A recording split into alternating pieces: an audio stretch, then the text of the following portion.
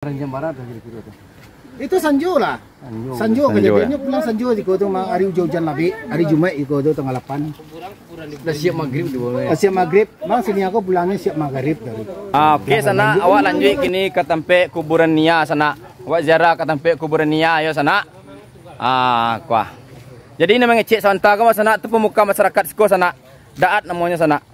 Jadi kebetulan daat ko beliau ko apa juo orang Solok Selatan Muara Labuah.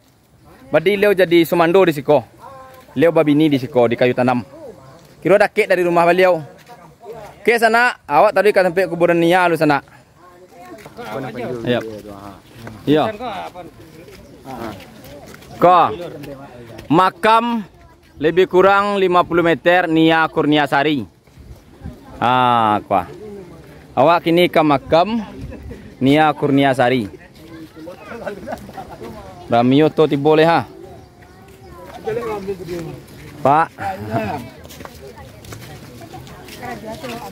Ko adalah ibu-ibu yang balik dari tempat makam Kurniasari. Semoga doa-doa terbaik untuk Nia Kurniasari ya, Bu. Selatan, Bu. Solok Selatan.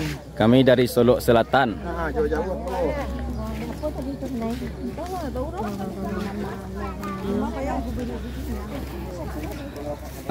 Ko sana.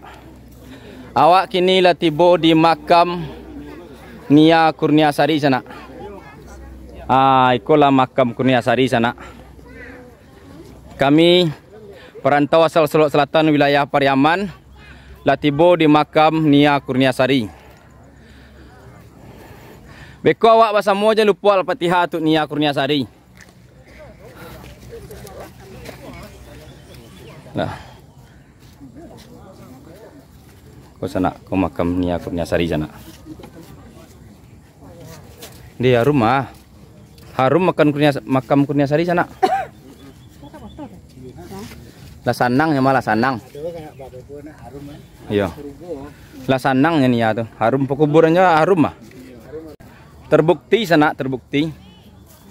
Nia Kurniasari sana korban Indragon. Ternyata kuburannya memang harum sana. Memang harum baunya kuburannya sana.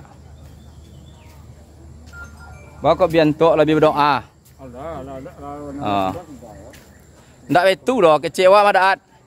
Ancak ditunjuk bana untuk berdoa awak sama-sama siko sama maminan. Yo, rancak bana tuh mah. Kalau untuk berdoa sama-sama. Rancak bana. Ya tuh. Al-Fatihah tuh ala sampai itu mah. Ya tuh. Lah. Mulai awak berdoa sama-sama. Yo. Lah. Yo dapat dis tolong apa? Tolong doa dapat dis. Assalamualaikum warahmatullahi wabarakatuh. Waalaikumsalam warahmatullahi wabarakatuh. Mudah-mudahan khusus untuk